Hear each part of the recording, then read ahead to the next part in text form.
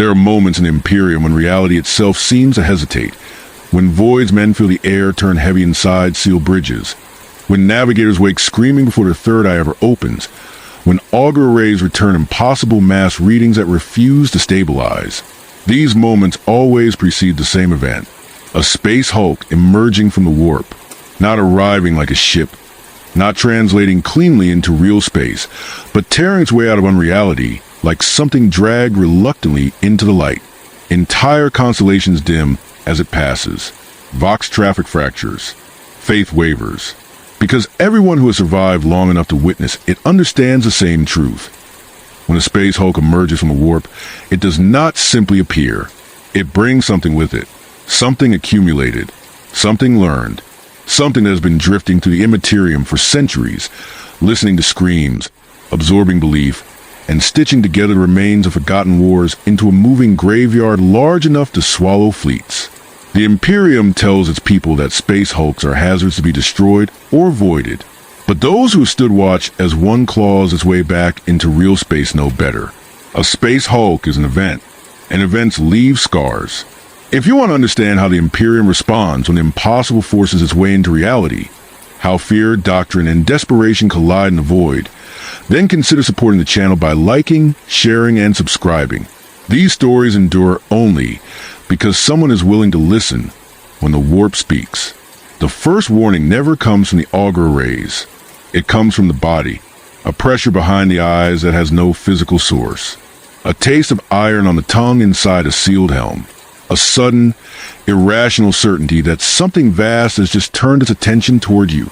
On the bridge of the Imperial cruiser Vigilant Oath, Void's men stiffen at their stations before a single alarm rune ignites, hands hovering over controls as if muscle memory has sensed danger before cognition can catch up.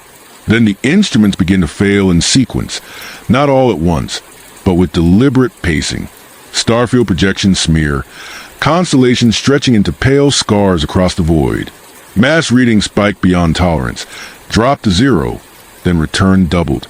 Chronometers desynchronize, some running fast, others lagging behind by fractions of a second that grow longer with every heartbeat. The bridge fills with overlapping alerts, each one contradicting the last. The ship's machine spirit is not panicking. It is confused.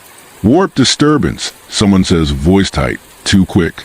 The words feel inadequate the moment they leave the Vox grill. Warp disturbances do not do this. They do not bend light. They do not cast shadows where there are no stars. They do not make the void feel crowded. The Navigator screams. Not a long scream.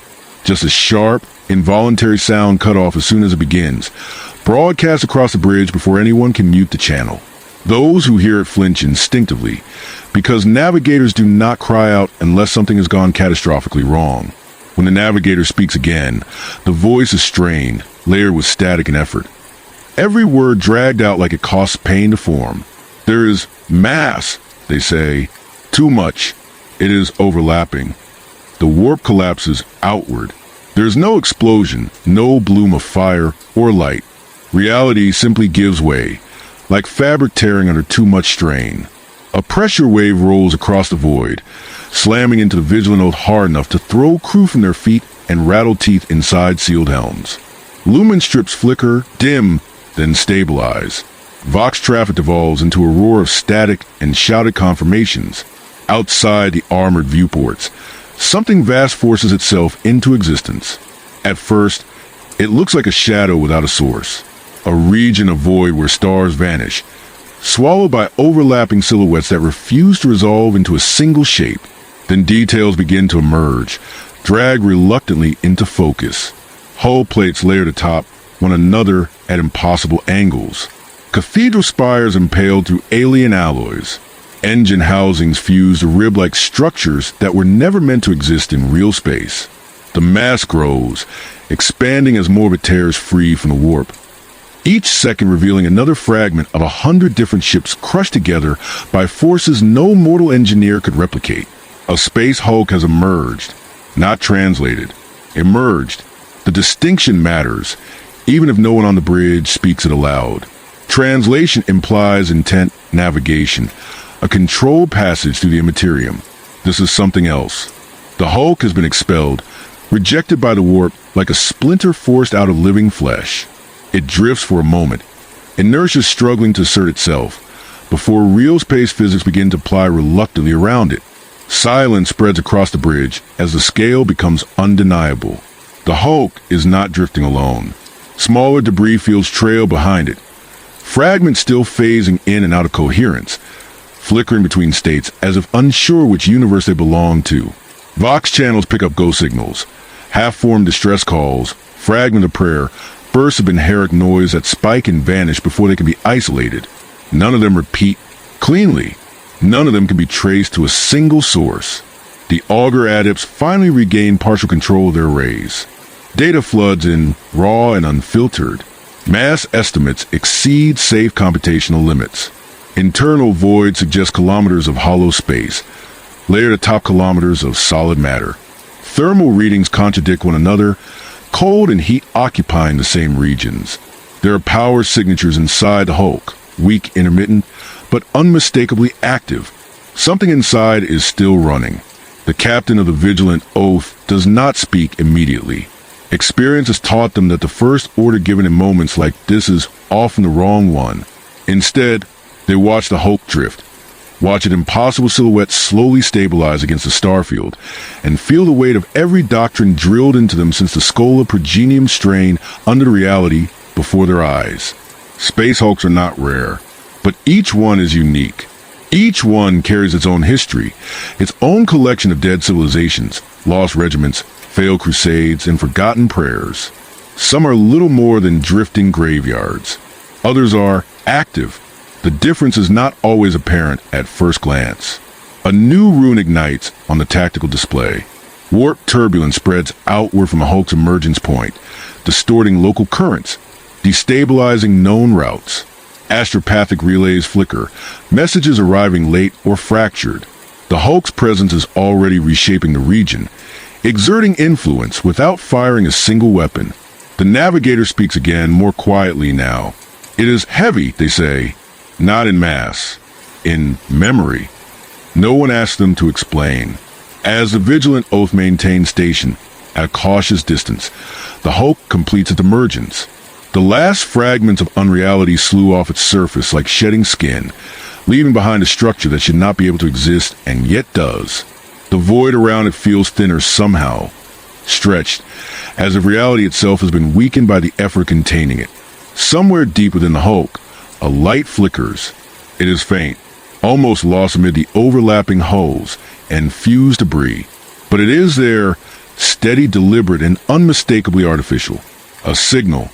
And as the bridge crew realizes that the Hulk is not entirely dormant, a deeper understanding settles in, heavy and cold. This is no random hazard drifting into Imperial space. This is the beginning of an event. The signal strengthens slowly, like a voice clearing its throat after centuries of silence. At first it is nothing but static-laced pulses that spike and vanish, too irregular to decode. Then it finds rhythm. Then it finds structure. A repeated burst in a familiar cadence, breaking to the roar of background Vox traffic with an uncomfortable intimacy. The tactical officer on the Vigilant Oath leans closer to their console, as the proximity can improve comprehension, eyes narrowing behind a glow of rune light. It's Imperial, they say finally, and the words land like a weight. O pattern. Distress code. The captain does not look relieved. Distress code is supposed to mean survivors, stranded crews, recoverable assets. Distress codes inside a space Hulk means something else. That something in there still knows how to speak to the Imperium. That someone or something still understands what will make Imperial forces move. The signal repeats again, cleaner now, and the bridge speakers catch a fragment of sound between the bursts. A voice, human distorted, clipped short by interference, but unmistakably a voice.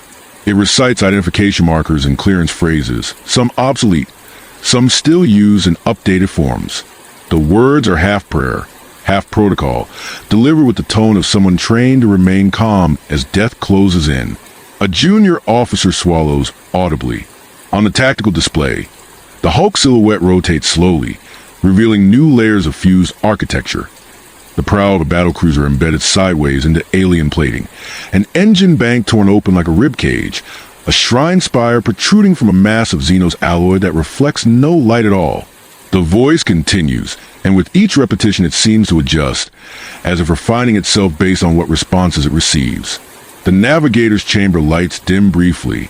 A shudder passes through the Vigilant Oath's hull, not from impact, but from the subtle strain of maintaining real space stability in the Hulk's wake. The warp disturbance is not fading. It is spreading, radiating outward like a bruise in the fabric of reality. Any sign of weapons? The captain asks, voice controlled, almost quiet. The augur adept hesitates a fraction too long. Signatures are inconsistent. Multiple power sources. Some Imperial. Some unknown. No confirmed void shield harmonics. No coherent lance capacitors. But there are emissions we cannot classify. That's a no, the captain says, not because they believe it, but because they need an answer that can be acted upon. The bridge crew waits, poised between fear and duty, because when a Space Hulk emerges, the first minutes determine the shape of everything that follows. A message arrives from the sector astropathic relay, late and broken, but readable.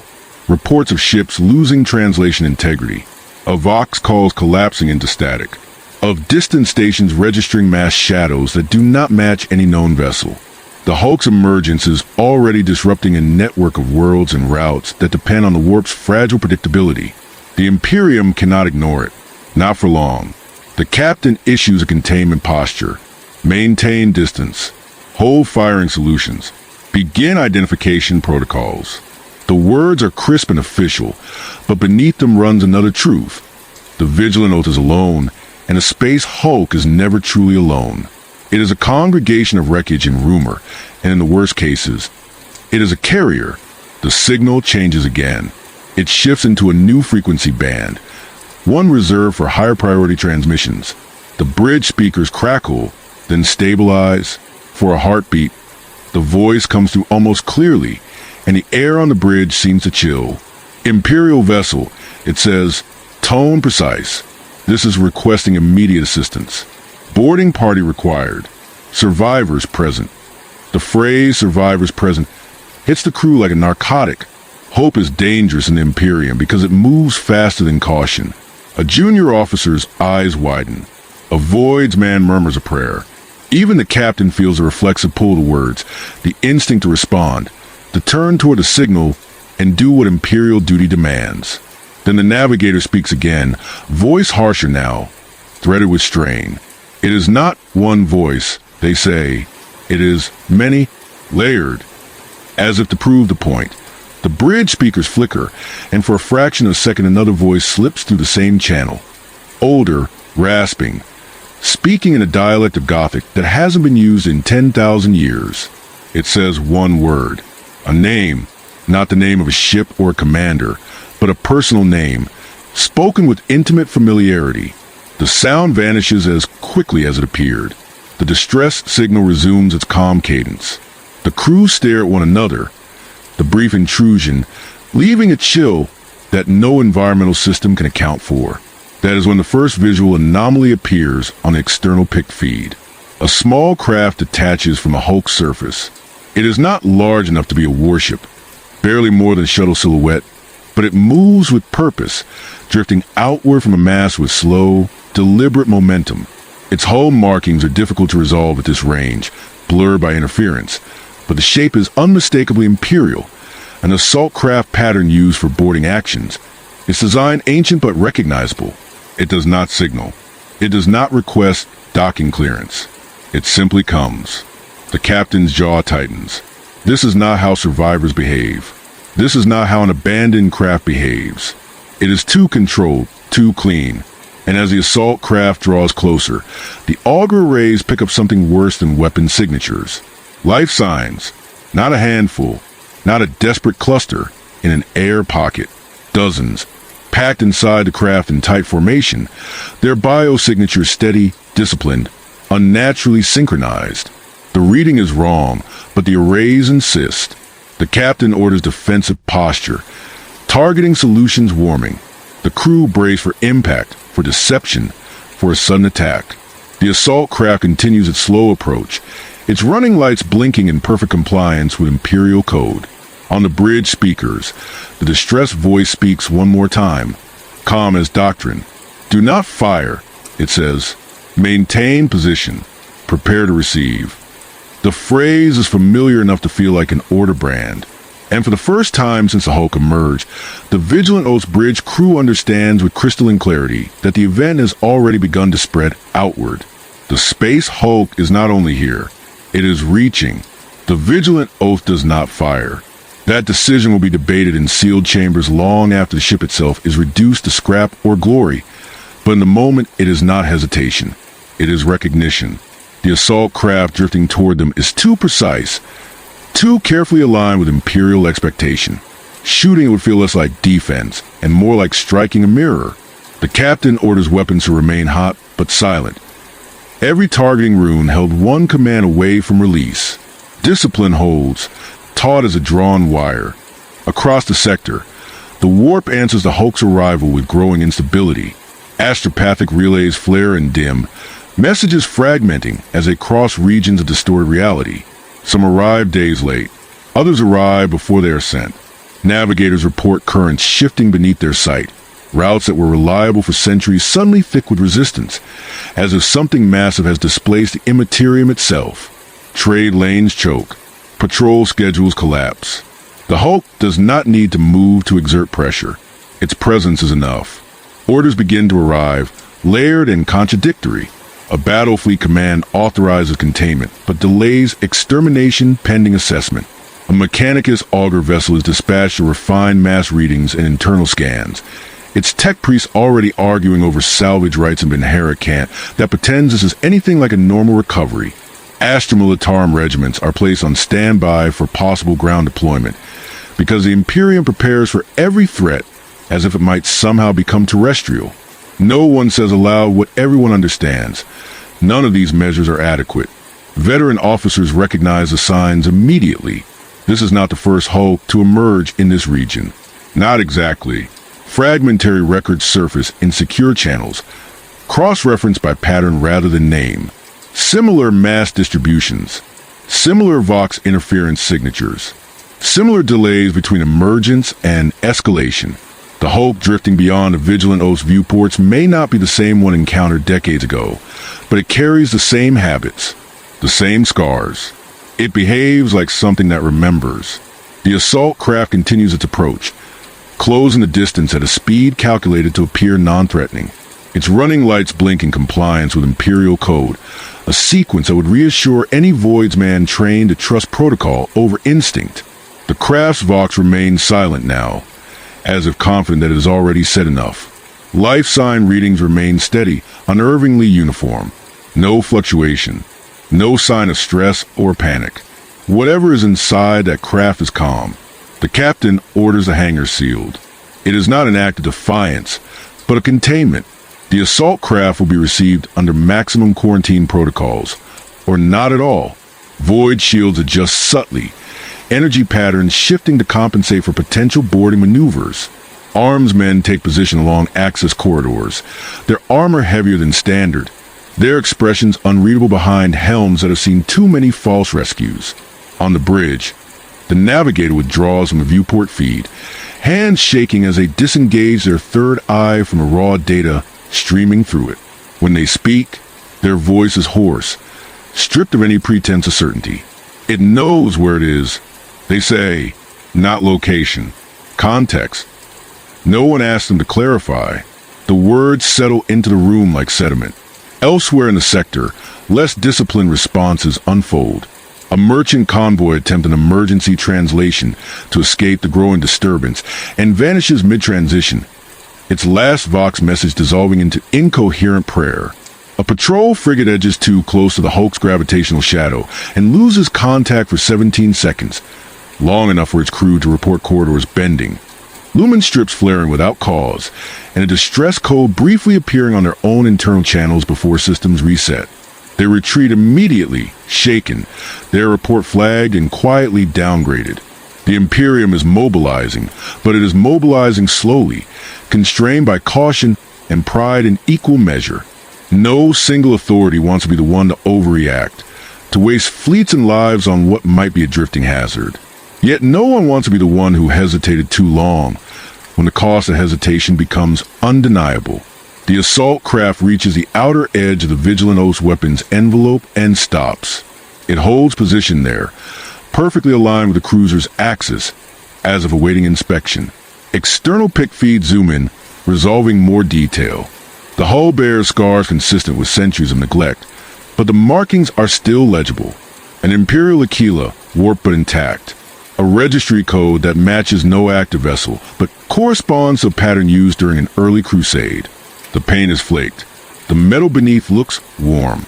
Inside, the life signs remain unchanged. The captain orders a single channel hail, voice steady, controlled. Unidentified assault craft.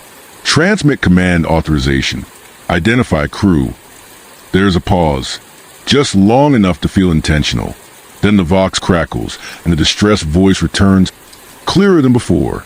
It recites an authorization code that should not exist anymore, one retired centuries ago after a disastrous campaign. The code checks out anyway. Every checksum aligns. Every verification rune turns green.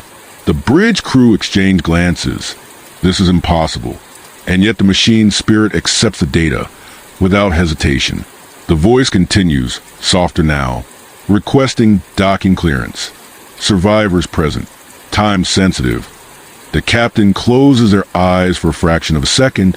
In that silence, they understand the true danger. Not the hoax mass, not its weapons, whatever they may be, the danger is competence. The Hulk is not broadcasting random noise.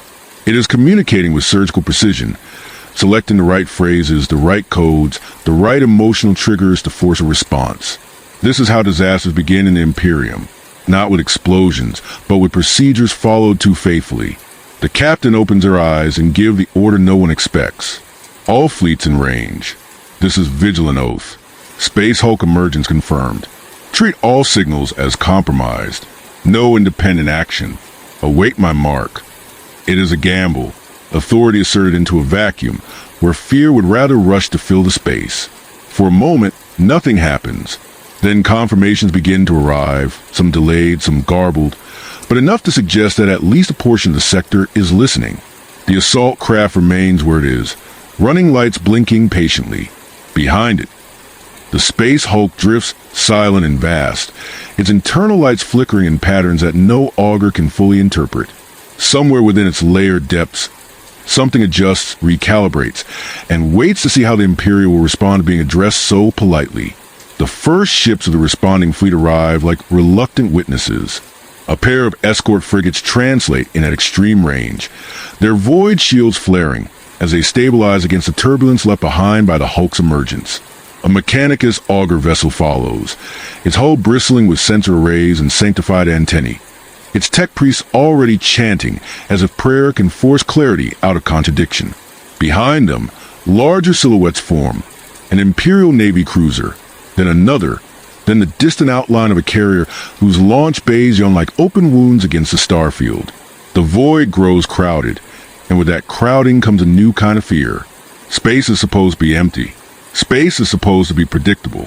When too many warships cluster near a space hulk, the emptiness feels poisoned, as if the void itself is holding its breath. Communications between fleet elements are strained. Astropathic relays sputter, and even direct Vox transmissions carry faint delays and distortions that make voices sound wrong at the edges. Officers repeat orders more often than necessary, not because their crews are disobedient, but because the act of repetition feels like reinforcement against something trying to rewrite meaning. The captain of the Vigilant Oath listens to the fleet's chatter like someone listening for symptoms of infection. The assault craft still waits at the edge of engagement range, perfectly aligned, perfectly calm. It has not moved since it arrived, as if it understands that impatience would break the illusion. Instead, it forces the Imperium to confront itself. Will you trust your own procedures? Will you obey the green runes when they appear, even when your instincts scream that the runes are lying? The Mechanicus augur vessel begins its scan run, sweeping the assault craft with layered sensor fields. The results arrive in Benheric bursts translated into simplified Gothic for the fleet's command channel. Hull integrity compromised but functional. Life support stable. Internal heat signatures consistent with human occupancy. No detectable void shield emissions. No active weapon capacitors. Then the final line arrives and the bridge of the Vigilant Oath goes silent. Cognitive emissions detected. The tech priest who delivers a translation does so with obvious reluctance, as if the words themselves are heretical. There is signal bleed consistent with neural patterning. Many, overlapping, not coherent. In other words, the craft contains minds, or something that resembles minds enough to be read as such. The fleet's officers exchange glances across their respective bridges. The thought, no one wants to name hovers between them. If the craft carries living survivors, then destroying it is murder. If it carries something else, then receiving it is catastrophic. The Imperium's answer to moral dilemmas is procedure. Procedure arrives in the form of a single directive pushed down the command chain. Initiate quarantine capture. Do not dock. Do not allow physical contact. Disable the craft, tow it to a sealed holding bay, and isolate it until an Ordo representative can assess contamination risk. The captain of the Vigilant Oath feels relief at the Order's coldness. It is harsh, but it is sane. It acknowledges uncertainty without surrendering to it. The arms men on deck prepare for external capture operations. Maglock harnesses secured. Weapons loaded with specialized rounds designed to penetrate armor without destabilizing hull integrity. The plan is simple on paper. In practice, nothing about this is simple. A boarding skiff launches from the Vigilant Oath, its thrusters flaring as it arcs toward the assault craft. The skiff's crew are veterans, faces hidden behind sealed visors, minds trained to hold formation even when the void tries to convince them that formation is meaningless. As they approach, the assault craft's running lights change pattern, subtle, almost playful, shifting into a different code sequence that indicates compliance and welcome. The skiff's pilot does not respond. They close distance, grappling arms extending, ready to secure the craft and begin towing procedures. At the last moment, the assault craft speaks again. The voice is calm, authoritative, and impossibly intimate. It addresses the skiff pilot by name. Not call sign. Name. The pilot stiffens, hands tightening on controls. The skiff wobbles slightly, correcting itself a heartbeat later. Over fleet vox, the pilot's breathing becomes audible, fast and shallow. How does it? They begin, then cut the sentence off, as if finishing it might summon punishment. The assault craft continues, voice still soft. You are late, it says. We have been waiting. The grappling arms make contact. For a heartbeat, everything holds. Then every system on the skiff spikes at once. Vox channels flooded with static, targeting arrays flashing false contacts, internal temperature jumping and dropping in rapid succession. The pilot curses, try and stabilize. The tech priest aboard the skiff begins chanting emergency rites, mechadendrites twitching as they attempt to reassert machine spirit compliance. Across the fleet, sensors register a surge from the space hulk itself. Not a weapon discharge, not a void shield flare, but pulsive interference that radiates outward and slams into every ship's communication network, like a hand closing around a throat. Astropathic relays collapse. Vox grids fracture into overlapping noise. For 3 seconds, no one can hear anyone else. In those 3 seconds, the assault craft's hatch opens. Figures are visible inside, seated in disciplined rows, armor silhouettes unmistakably Imperial. Their heads turn in unison toward the skiff. Their movements are too precise, too synchronized. The skiff pilot's voice returns over Vox, raw with panic. They're moving. Throne, they're moving. The fleet regains partial comms, and the captain of the Vigilant Oath slams a fist into their console. Abort! Burn away! Now! The order arrives half a second too late. One of the figures inside the assault craft stands. It moves with smooth certainty, stepping toward a hatch as if responding to a parade command. Its armor bears an Imperial Aquila, warped but intact. Its helm is cracked, and through the fracture, something pale glints where a human I should be. It raises a hand, not in greeting, in signal. The skiff systems die. Thrusters cut. Internal power drops. The craft goes silent, drifting helplessly, tethered now to the assault craft by the grappling arms that cannot retract. The pilot pounds controls. Nothing responds. Over Fleet Vox, the last sound transmitted from the skiff is a single word, spoken with dawning horror. Connected. Then the channel collapses into static. The captain of the Vigilant Oath watches the external pick feed as the assault craft begins to rotate, slowly, deliberately, aligning itself not with the cruiser, but with the wider fleet. It is turning its face toward larger prey. And behind it, the Space Hulk drifts in silence, its internal lights flickering in patterns that look, for the first time, less like random failure and more like anticipation. The fleets that answer the call have arrived. Now the Hulk will decide what kind of answer it wants back. The decision to board the Space Hulk is not made in a single moment. It accretes, layer by layer, through silence, through the weight of things not said aloud. On the bridge of the Vigilant Oath, officers stand frozen as the disabled skiff drifts, still tethered to the assault craft like an offering presented to a waiting god. No alarm scream now. No emergency klaxons demand immediate action. The quiet is worse. It gives the mind room to imagine what is happening inside that dead vessel, what is being learned, copied, absorbed. The captain knows the truth before it is spoken. The assault craft cannot be allowed to leave. It cannot be destroyed from range without risking debris scattering into the fleet's perimeter, carrying whatever signal or residue has infected it. Towing it risks deeper contamination. Waiting risks escalation. Every option closes on the same outcome, narrowing until only one path remains. A boarding action. The words carry a particular gravity in Imperium, heavier than almost any other order. Boarding means proximity. It means accepting that void shields, lance batteries, and distance will no longer protect you. It means stepping into an environment where doctrine ends and survival becomes personal. The captain gives the order quietly, voice stripped of ceremony. A kill team is assembled not for speed or glory, but for containment. Veterans only. No novices. No one with a history of cognitive instability. The selection is ruthless, and even then it feels inadequate. The boarding team gathers in the assault launch bay beneath lumen strips that flicker with power fluctuations not listed on any diagnostic. Their armor is heavier than standard, layered with additional shielding and inscribed with wards whose origins are half ecclesiarchal, half mechanicus. Prometheum tanks are checked twice. Magazines are seated and reseated until the motions become prayer. No one speaks unless required. They have all heard the reports. They know what happened to the skiff. The target is not the Hulk itself. Not yet. The immediate objective is the assault craft. Disable it, extract whatever intelligence can be gained, and destroy it if necessary. The Hulk looms beyond, a continent of fused wreckage drifting in silence, its vastness pressing against the mind even through armored bulkheads. The boarding team does not look at it directly. Staring feels like invitation. The assault launch is violent and brief.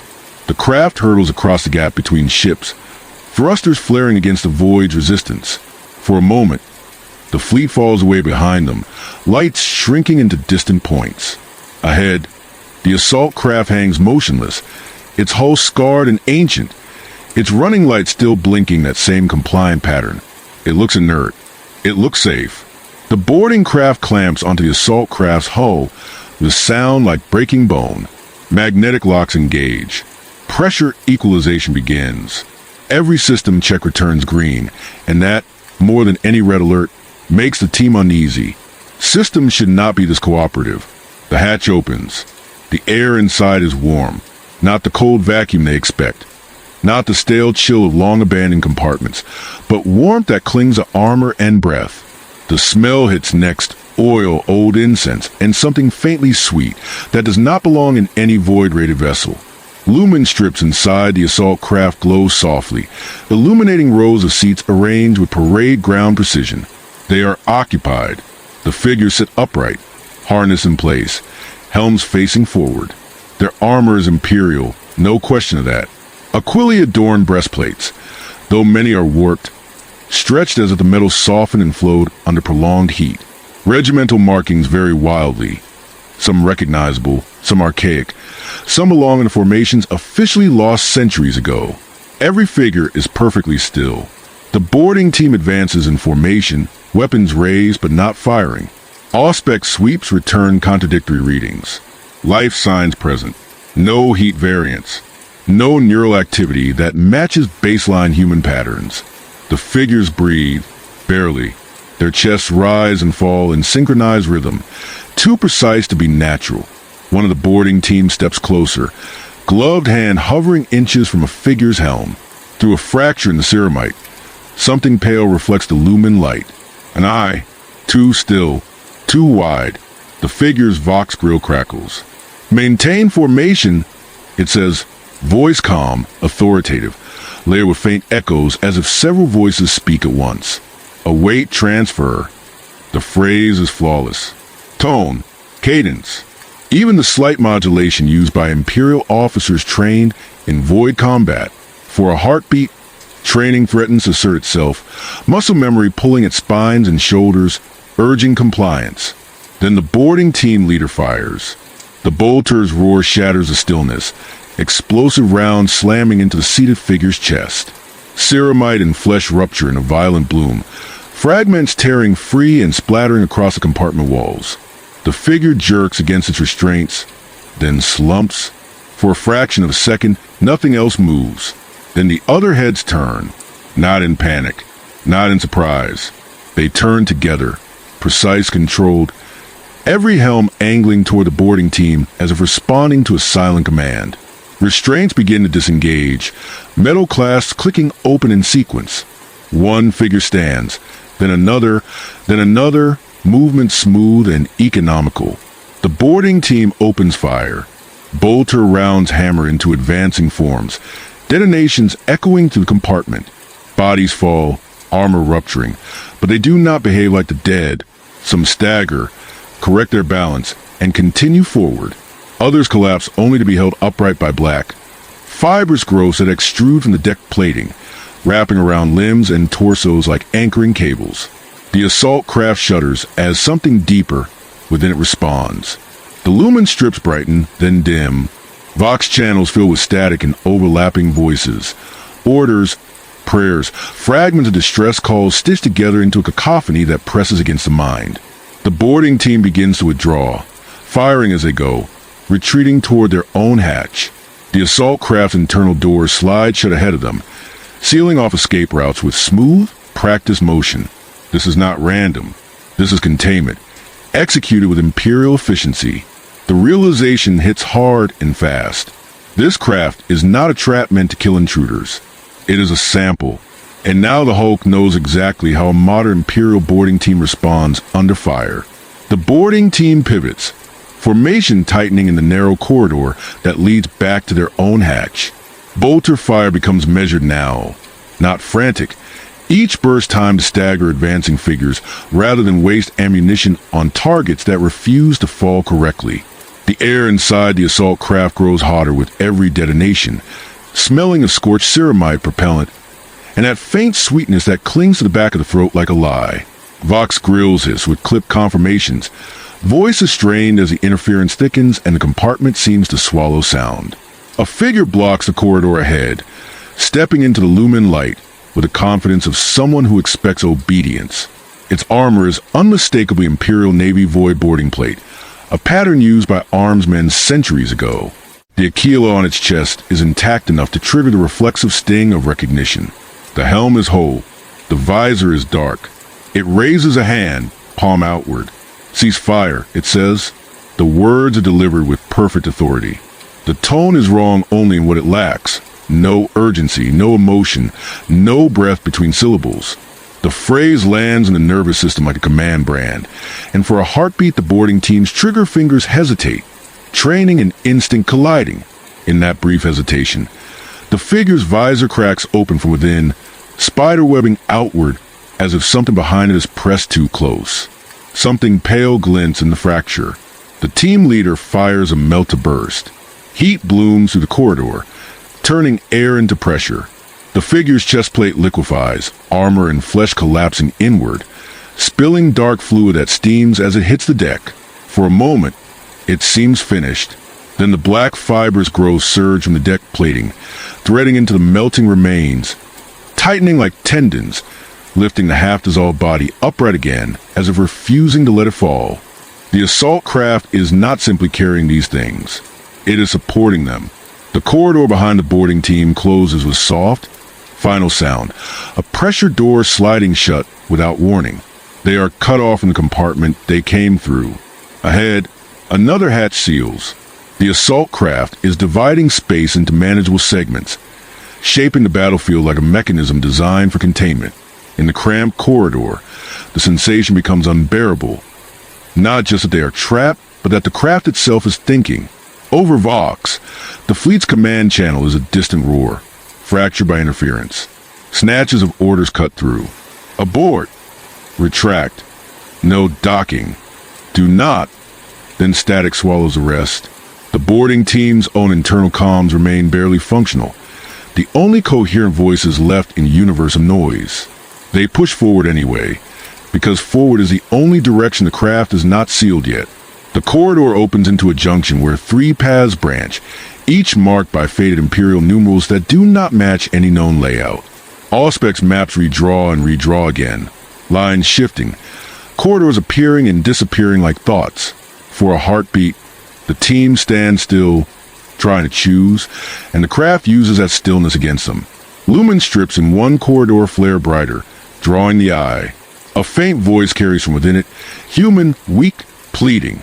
Help, please. It is the oldest bait in the Imperium, the promise of survivors. The team leader does not look toward the voice. Ignore it, they say, voice rough. It's not real. The voice repeats, more urgent. Help, I'm still here. The cadence is wrong, slightly delayed, as if the craft is replaying an old recording and adjusting it in real time. Behind the boarding team, footfalls approach, disciplined, synchronized, steady.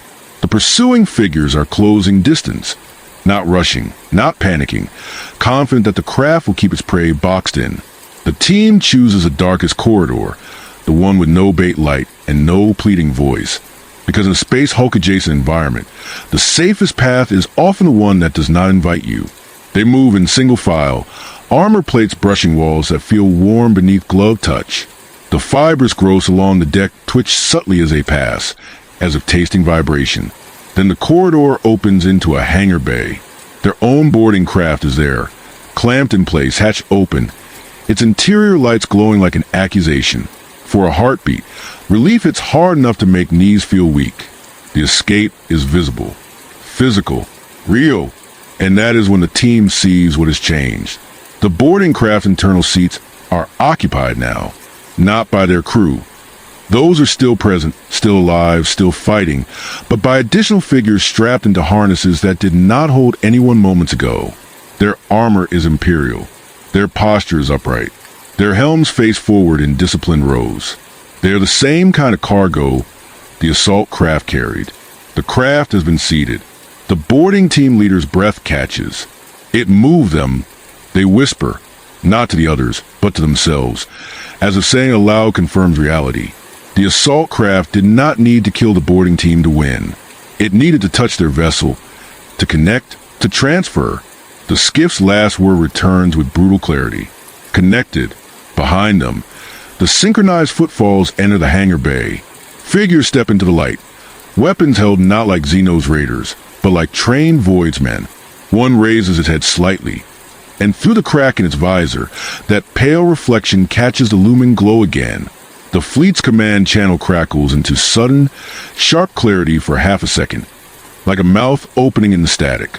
Destroy the craft, the voice orders. All craft. No exceptions. The boarding team leader's hands tighten around their weapon. The order is correct. It is also a death sentence. Their only way back to the Vigilant Oath is now a vector for whatever the assault craft carries. If they leave in it, they bring the contamination back into the fleet. If they destroy it, they strand themselves in hostile space with disciplined dead closing in. This is the moment the Imperium's logic reveals itself in miniature. There is no option where everyone lives. There is only the option where the infection does not spread. The team leader pulls a Prometheum canister free, slams it onto the boarding craft's ramp, and triggers ignition. Fire blossoms instantly, bright and hungry, flooding the hangar bay with heat and light. The seated figures inside the craft do not scream. They sit perfectly still as flames consume armor and flesh, the harnesses holding them upright like devout statues in a burning chapel. The boarding team retreats as heat washes over them, visors fogging, armor temperature alarms screaming in their ears. The pursuing figures stop at the edge of the flames, not afraid, not deterred, simply waiting, as if fire is an obstacle they do not need to rush.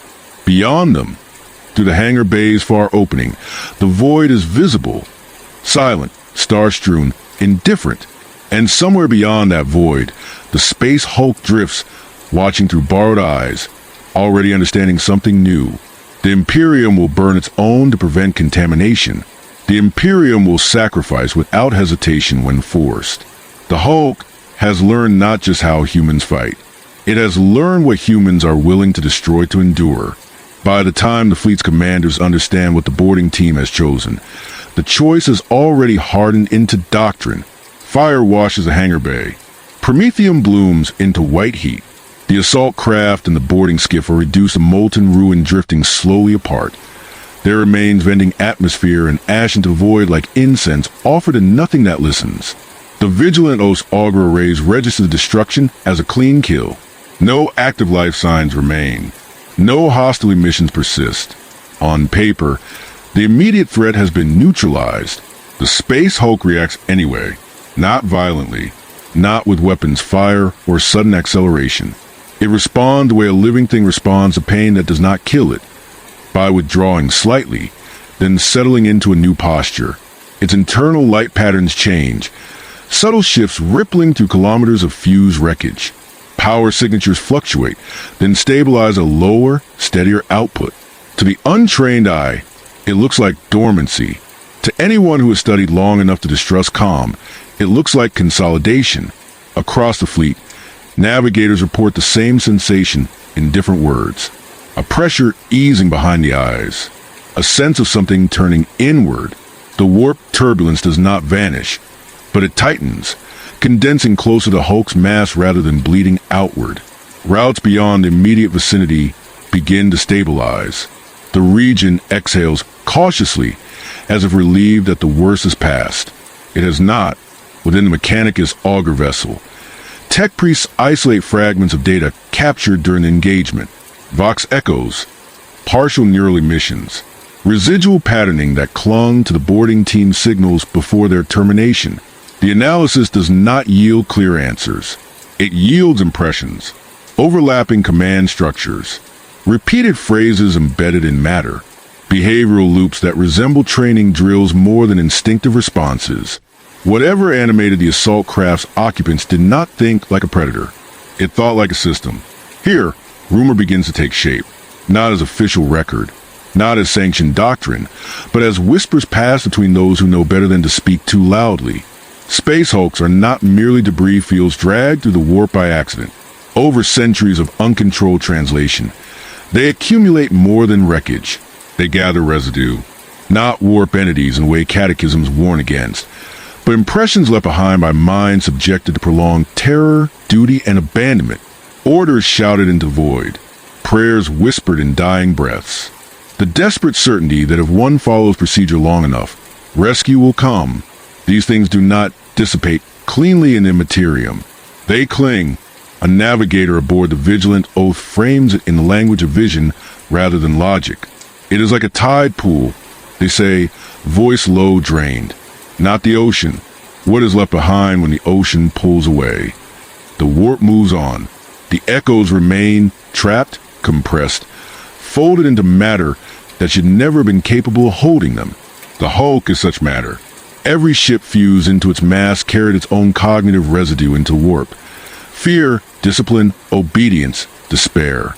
Over centuries, those residues overlapped, reinforced one another, and began to behave less like noise and more like pattern.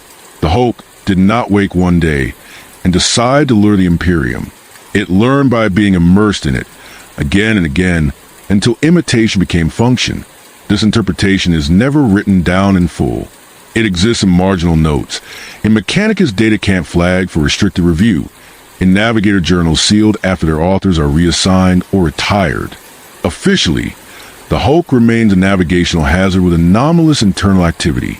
Unofficially, it is understood as something closer to a reliquary failure, carrying the distilled habits of the Imperium into every region it drifts through. The fleet's senior officers feel this understanding settle into them as they watch the Hulk from cautious distance. There is no triumph in having survived first contact, only unease. The assault craft was not a weapon in the conventional sense. It was a probe, a way to test responses, to refine signals, to determine how modern Imperial forces balance caution against compassion. The Hulk adjusted its approach mid-encounter, modifying voice cadence and posture based on resistance encountered. That level of adaptation demands explanation. Some suggest dormant Xeno's intelligence is bound within the Hulk structure, ancient enough to have learned patience. Others insist a phenomenon is closer to a warp echo made dense by repeated exposure, a thing without true self-awareness that nonetheless behaves purposefully because purpose is the most common imprint left behind by Imperial minds. The Ecclesiarchy, when consulted, frames it as a warning, a reminder that duty without the summit becomes a weapon turned inward. None of these explanations are comfortable. None of them provide a clear solution. The only certainty is that the Hulk is not finished. Even as the fleet maintains distance, new Vox anomalies flicker at the edge of detection. Not direct broadcasts, not distress calls. Small bursts of structured noise, vanishing before they can be isolated, appearing at frequencies used by Imperial relays and long-abandoned Crusade channels alike. The Hulk is no longer shouting. It is whispering, testing which ears still listen. A Mechanicus Adepts notes, quietly, that the internal power fluctuations suggest growth rather than depletion. The Hulk has expended resources, yes, but it has also gained data. The destruction of the assault craft removed one vector, but the boarding action provided something far more valuable. Confirmation. The Imperium will self-censor. It will burn its own ships rather than risk contamination. It will follow procedure, even when procedure becomes predictable. In the quiet after fire, the warp resumes its slow churn around the Hulk, currents shifting reluctantly as if accommodating a familiar obstruction. The fleet waits, weapons hot, doctrines ready, knowing that whatever the Hulk had become, it did not finish forming centuries ago. It is still becoming. In the hours that follow, the fleet's perimeter becomes a ring of tense silence punctuated by brief, violent bursts of activity. Scan sweeps, course corrections, astropathic attempts that flare and fail. No one sleeps properly. The void outside every viewport feels crowded now, not with ships, but with expectation. Even those who doze in their stations wake with their hearts racing, certain they heard their names spoken softly in the static. The Mechanicus Augur vessel completes a deep scan run at the edge of safe range, pushing its sanctified arrays until their housings glow hot and its tech priests begin to chant not for data, but for endurance. The returns arrive as a fractured mosaic. Internal compartments layered over one another, corridors that loop impossibly, void pockets sealed behind bulkheads that should not exist. But beneath the confusion, a pattern emerges. Not spatial, behavioral. The Hulk's power signatures pulse in waves that resemble a kind of breathing. Not biological respiration, but cycling. Systems waking, testing, idling, then waking again. The pulses correlate with Vox anomalies. Each time the Hulk breathes, it releases a handful of structured transmissions into the void, each one brief and surgical, like a probe touching the surface of the fleet's comms net before withdrawing. It is not broadcasting blindly anymore. It is sampling. The ecclesiarchal representatives aboard the fleet speak of it in the language they are allowed to use. They describe a stain in the warp, a malign echo that feeds on faith and fear. They insist prayer wards and purity rites will hold.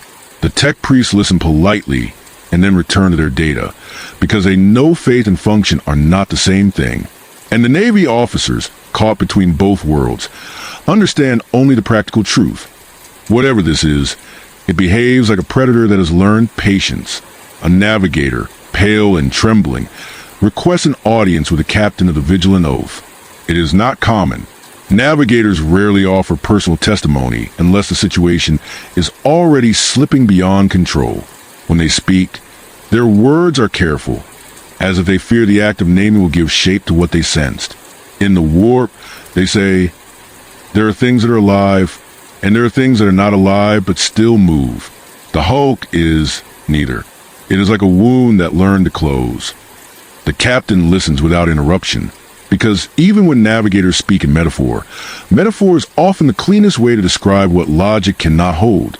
The navigator continues, voice dropping lower.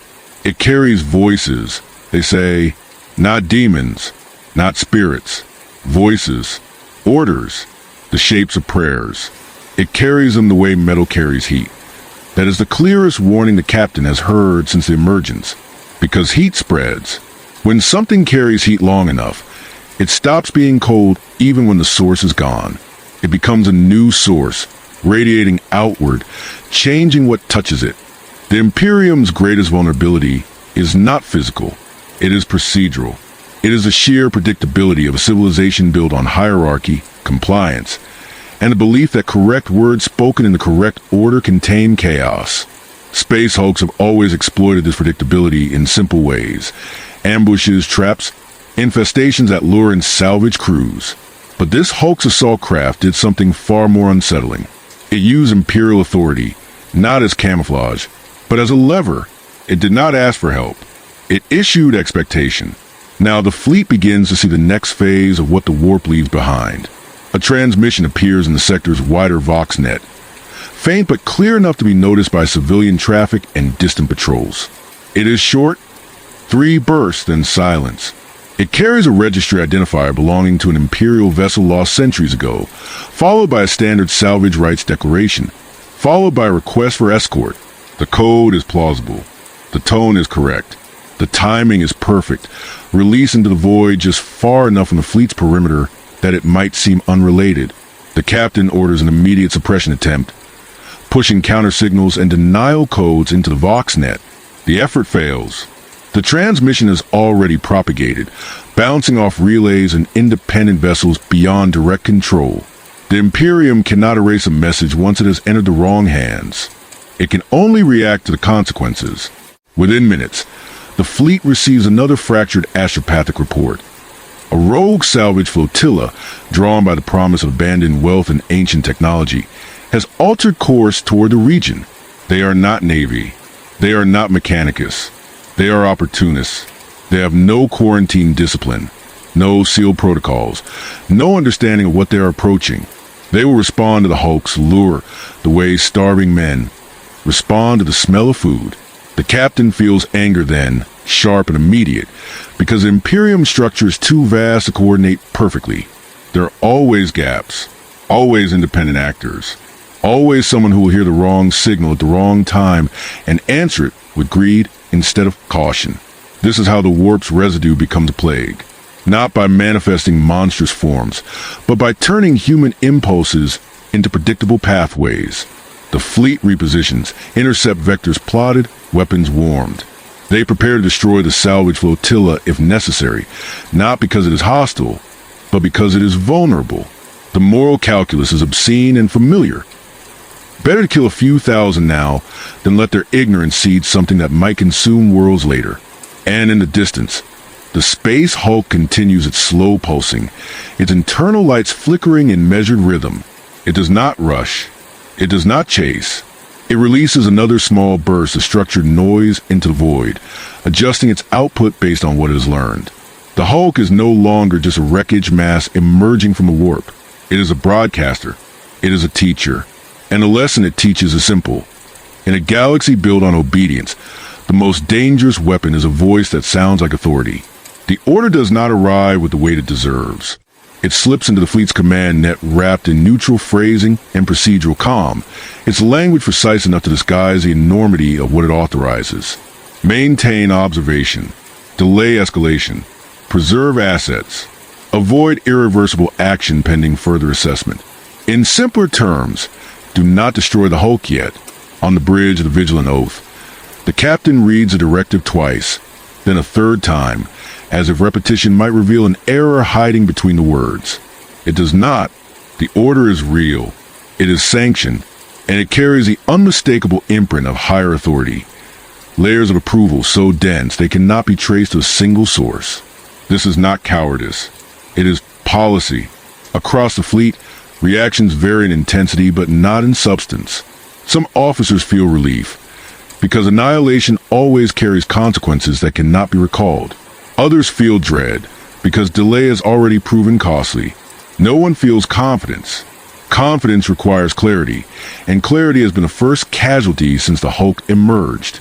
The salvage flotilla draws closer, its independent vessels broadcasting routine hails and trade identifiers, blissfully unaware of the perimeter tightening around them. Their ships are old, undershielded, designed for cutting wreckage and hauling profit, not surviving proximity to phenomena that bend reality. The fleet's intercept vectors are plotted and held, weapons locked just shy of firing solutions. The Imperium is preparing to commit a sin it has committed countless times before, killing those it failed to warn. But the Hulk interferes before the order can be given. Another transmission blooms across the VoxNet, stronger than the last, its timing impeccable. It carries a priority clearance code recognized by the sector's administratum relay. Obsolete, yes, but still embedded deeply enough in the bureaucracy to trigger automatic routing. The message is short, clinical. It announces the presence of recoverable archaeotech and formally asserts Imperial claim under long-forgotten salvage statutes. The flotilla responds immediately. The captains of those ships do not hesitate, because the message does not feel suspicious. It feels official. It carries the tone of paperwork rather than desperation, the language of entitlement rather than need. It speaks to greed and obedience in equal measure, promising profit backed by authority. The Imperium's most reliable motivators, deployed with surgical precision. The captain of the Vigilant Oath watches the exchange unfold with mounting horror. This is no longer a matter of a single boarding team or a compromised assault craft. The Hulk is engaging the Imperium at scale, using its own systems to bypass caution and inject itself into the flow of human decision-making.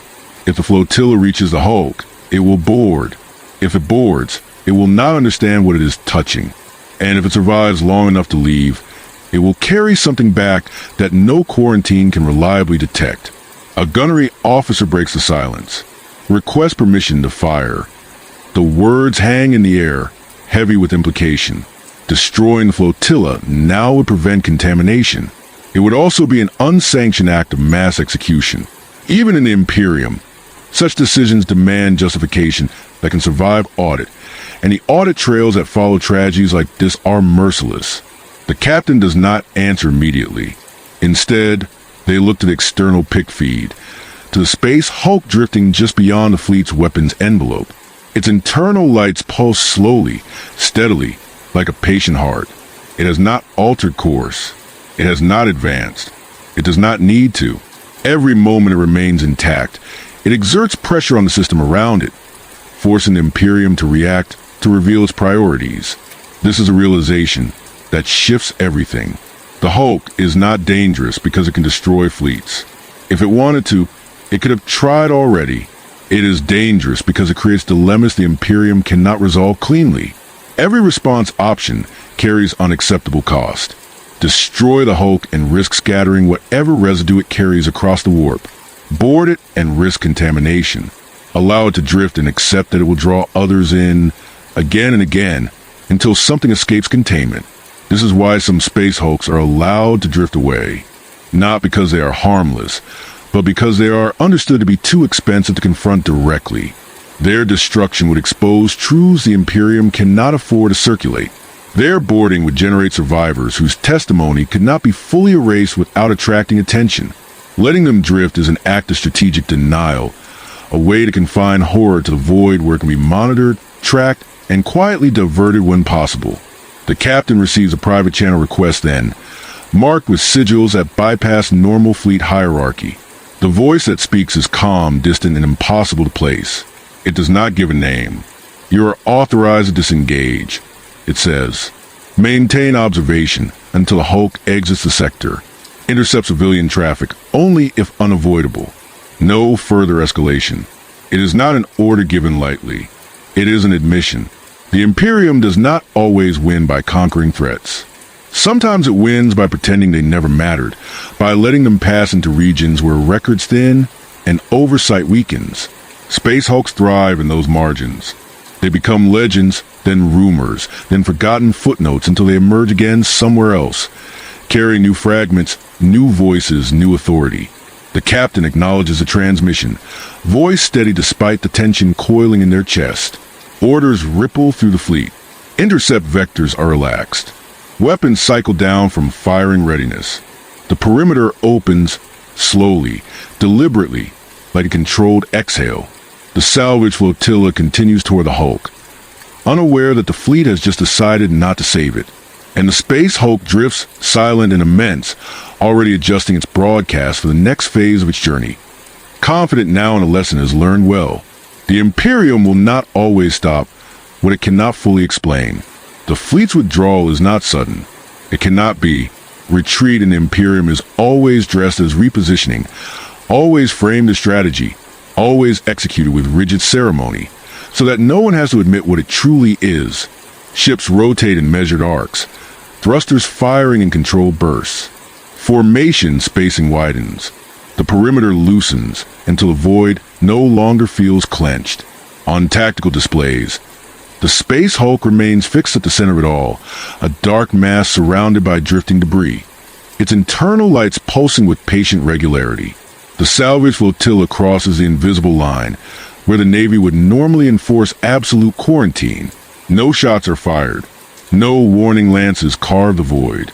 The flotilla's vessels continue forward, their captains confident now that the presence of Imperial warships means the situation is under control. That confidence is its own tragedy. They take the fleet's restraint as safety, not as surrender. The Vigilant Oath maintains observation at distance, auger arrays tracking the flotilla's approach. Every ship in the fleet watches, not because they believe they will intervene, but because watching is the only action left that feels like duty. Silence fills comms channels where arguments would normally erupt. No one wants to say aloud that they are witnessing an execution by neglect. The first salvage craft reaches a Hulk and clamps on a metallic bite that echoes faintly through picked feeds. Cutting torches ignite, bright sparks drifting in slow spirals as hull plates are breached. The salvage crew's Vox channels are open to the flotilla net, and the fleet cannot avoid hearing the first burst of excitement. The voices are rough, eager, greedy in the way starving men become when they smell food. They describe intact compartments. They describe archaic weapon housings.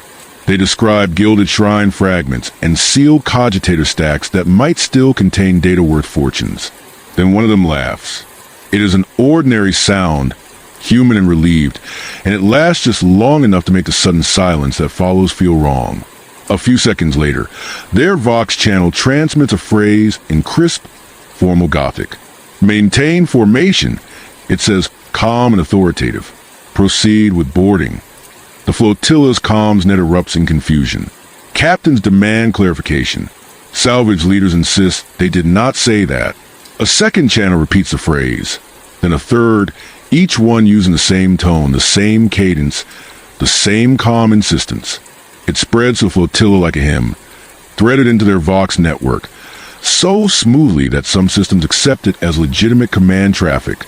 The Space Hulk is speaking again. Not loudly, not dramatically. It has learned the most efficient way to move humans is to sound like the thing they already obey. It does not need to lie convincingly in every detail. It only needs to sound authoritative enough that hesitation feels like insubordination. A salvage captain attempts to sever comms, ordering all channels to manual override. Their voice cuts off mid-sentence. When it returns, it is not theirs. It repeats the same comm phrase, now with additional protocol codes appended, as if the Hulk is improving its performance in real time. On the Vigilant Oath bridge, the captain watches a pick feed with a sickening sense of inevitability.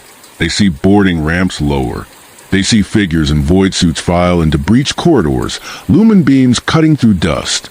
They see the Hulk absorb them with no visible resistance. For a moment, it almost looks like nothing is happening. A simple salvage operation. Routine. Safe. Then the first ship in the flotilla goes dark. Not destroyed. Not exploded. Its running lights cut out in perfect unison.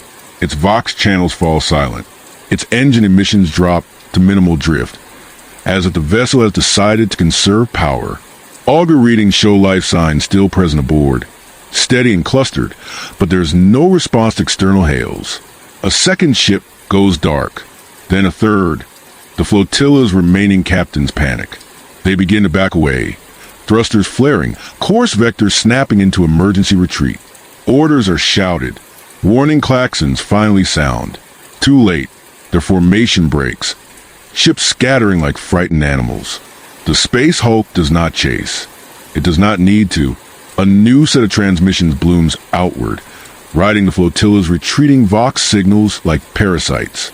Distress calls, salvage claims, requests for escort. Each message carries the same subtle structure beneath its surface.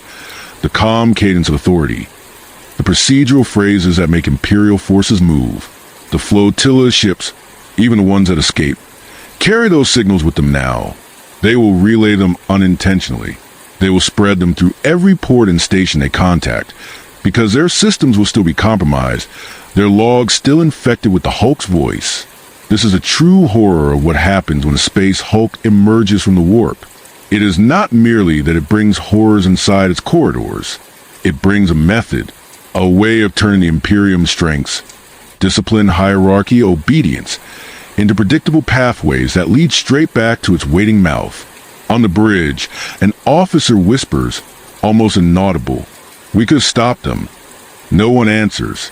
Stopping them would have required firing. Firing would have required defying the private directive.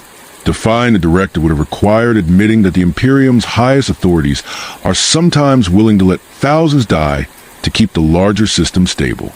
The captain watches as the flotilla's surviving ships scatter into the void, trailing corrupted transmissions behind them like blood in water. The Space Hulk remains where it is, pulsing faintly, satisfied. It is fed. It has learned. It has expanded its vocabulary. And now the fleet's withdrawal begins in earnest, because the order was never to win. It was to contain the story. To ensure that when the next sector receives a distress call bearing impeccable Imperial codes, no one connects it to this moment. No one realizes the voice has been rehearsed. No one recognizes a cadence of maintained formation for what has become not a command, but bait. In the end, the Space Hulk drifts out of sector's influence, guided by warp currents that begin to stabilize around it like familiar roads. The fleet logs its trajectory, files its reports, and seals them behind layers of clearance. The civilian traffic records are scrubbed where possible. Survivor testimonies from the flotilla, if any exist, will be dismissed as hysteria, greed madness, or warp shock. The Imperium will continue, because it must, and somewhere ahead, in another region of the void, another set of ears will hear a calm, official voice in static, promising survivors and salvage and certainty. They will answer, because in the Imperium, obedience is older than fear.